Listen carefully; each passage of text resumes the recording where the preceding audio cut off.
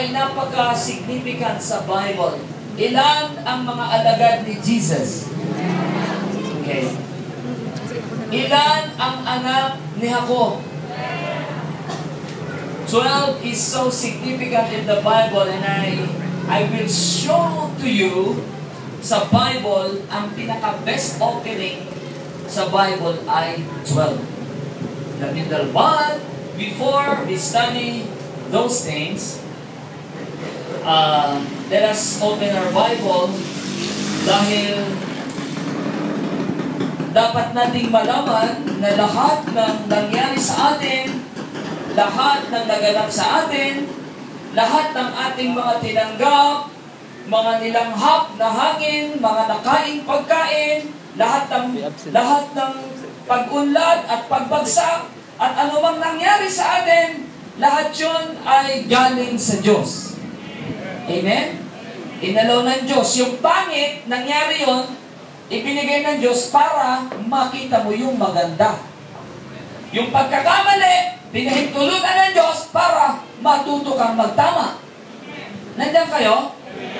Lahat ng bagay ay galing sa Diyos. Kaya, lahat ng yon, kung yan man ay biyaya, pasasalamat ang dapat ibigay sa Diyos. Kung yan man ay pagpapala, kung pagpapalo man, pagtatama ng lahat ng bagay na dapat itama sa ating buhay. Now, let us open our Bible in the book of Revelations.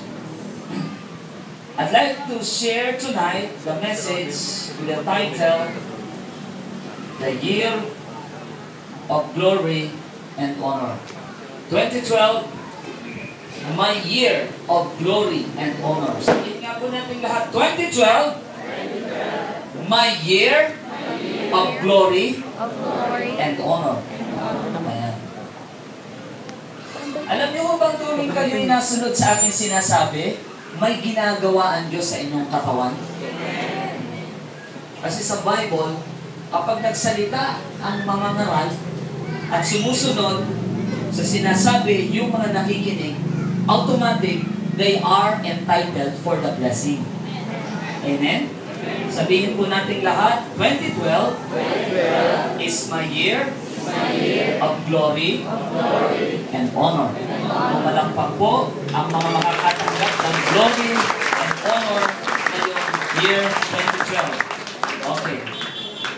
Do you think you're ready to listen? Do you think you're ready to receive? Okay. Let's go.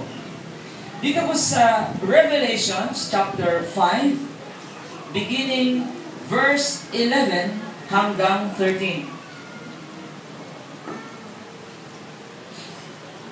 Hallelujah. Pahayag, Kabanatang 5, talatang 11 hanggang 13. Ito po ang sabi ng New Living Translation. Then I looked again, and I heard the voices of thousands and millions of angels around the throne. Tumingin ako muli, at ako'y nakarinig ng mga tinig ng libo-libo at mga laksa-laksang angheles na nakapalibot sa trono, and of the living beings and the elders, at maging kasama ng mga buhay at ng mga matatanda, all the elders. 12, sabi ng verse 12, and they sang a mighty chorus. Okay, sabi doon, worthy is the Lamb who was slaughtered. Ayan. Worthy is the Lamb who was slaughtered to receive. Sabi, dito po tayo tumingin sa unahan lahat.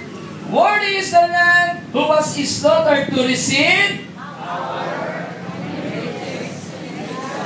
strength, honor, glory, and blessing. Isa pa po. Worthy is the Lamb who was slaughtered to receive power, riches, wisdom, strength, honor, glory, blessing. Okay, thank you.